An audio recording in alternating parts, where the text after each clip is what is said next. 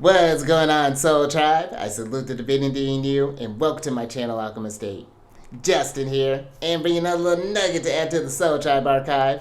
And in today's video, I'm going to be talking about the Sun in Scorpio in the 10th house, and this is a pretty strong one for the Sun. Now, when you talk about the Sun, the nature of the Sun is to build. This is our connection with Source. This is where the ideas, the life that fuels the body, that's almost a soul energy. Let's call it what it is. And that thing that makes you shine the brightest. The Sun can bring about this nature of even like leadership, reputation, this the king, things like that. So very regal energy when we're talking about the Sun. And this is an important placement. I mean, this is one of the this if people don't know anything else, they know what their Sun sign placement is. And then you talk about Scorpio. Scorpio is traditionally ruled by Mars, and they are the fixed water sign. They're receptive in nature. And I find that there is a strong sensitivity to Scorpio. They have a very deep intuition and can feel things on a deep level because the Scorpion as a water sign is fascinating because they're not like it's not like Cancer who's flirting between the water and the land and Pisces who's just all up in the ocean. The Scorpion carries the water with it. And I find that venom has to move, and that's where Scorpio, the energies, they have a way of taking the things that build up and turning that venom into medicine because that's, the way to counteract the venom is through the medicine. So I find they have to feel through these things, but with that martial energy behind them, it strengthens them and they become these resilient forces there, and they're able to, and these really just, extraordinary healers, and again, just able to sense when you meet yourself very deeply, you're able to meet others deeply too, and I think that's where that intuition really comes from, that sense of the unknown there. It's really cool with Scorpio energy. And then you talk about the 10th house. The 10th house is a strong house. This is one of the angular houses. And in traditional astrology, this is and it's just known as the midheaven. But it's interesting because you have the midheaven, the 10th house, and then you have, if you work with whole sign, for example, there's a point where you'll see it of the MC. And the MC, you could think of that as where the 10th house is just the whole house. The MC is like the highest point of the chart. And sometimes you may see that not just in the 10th house, but also you could find it in the ninth house, the spirituality, foreign travels, divination, things along those lines, or in the 11th house of hopes and dreams, benefactors, good spirit. There's a both on either side. Dope houses. So, but we'll talk about that more in a moment. But some of the themes that the 10th house is going to cover would be your rank. This can bring honor. This is about your reputation, which is was we were talking about with the Sun, another big thing there. This is about your social status.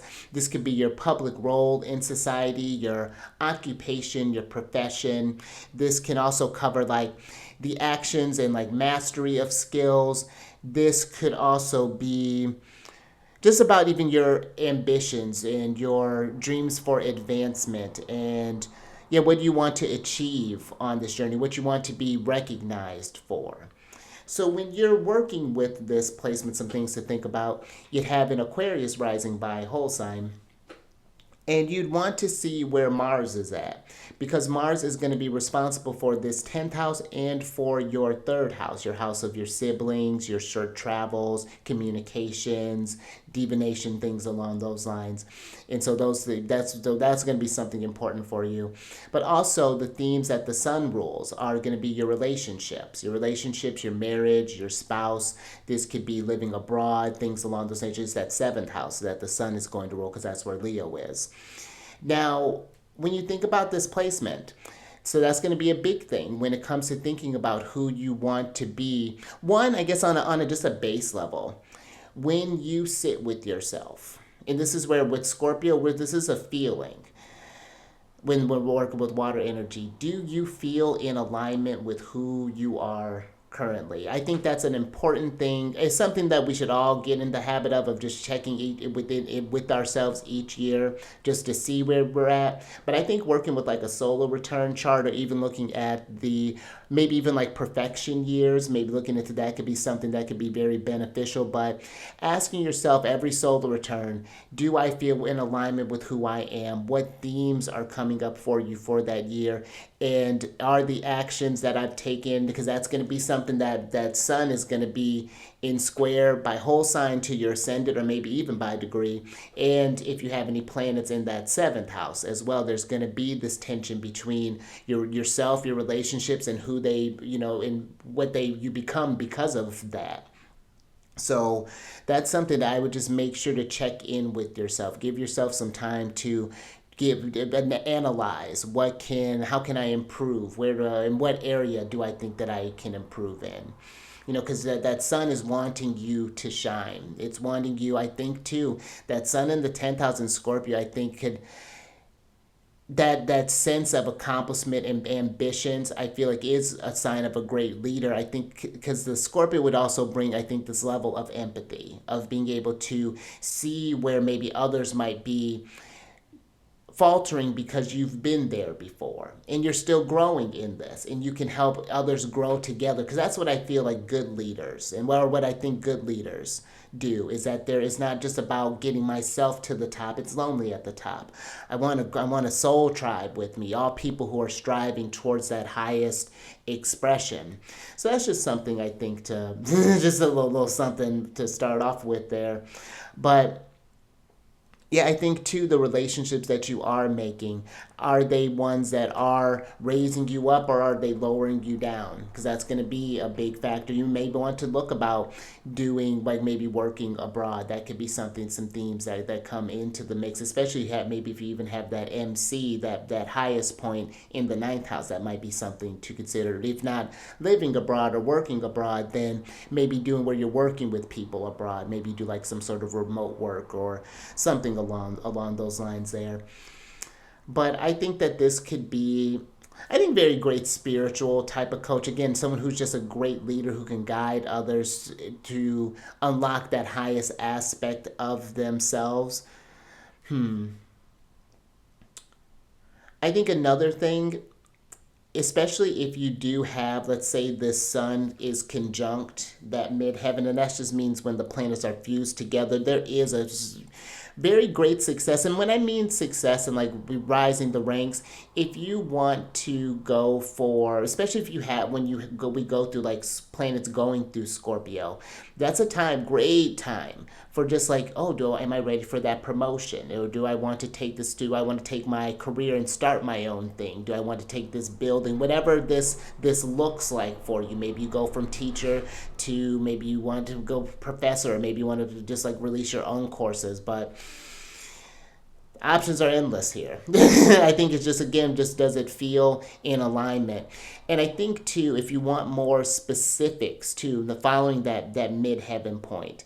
So again, seeing where Mars is at, because maybe you're doing something in communication, with that may blend in, that finding where Mars is can give you just more to work with as far as like what direction that you should take.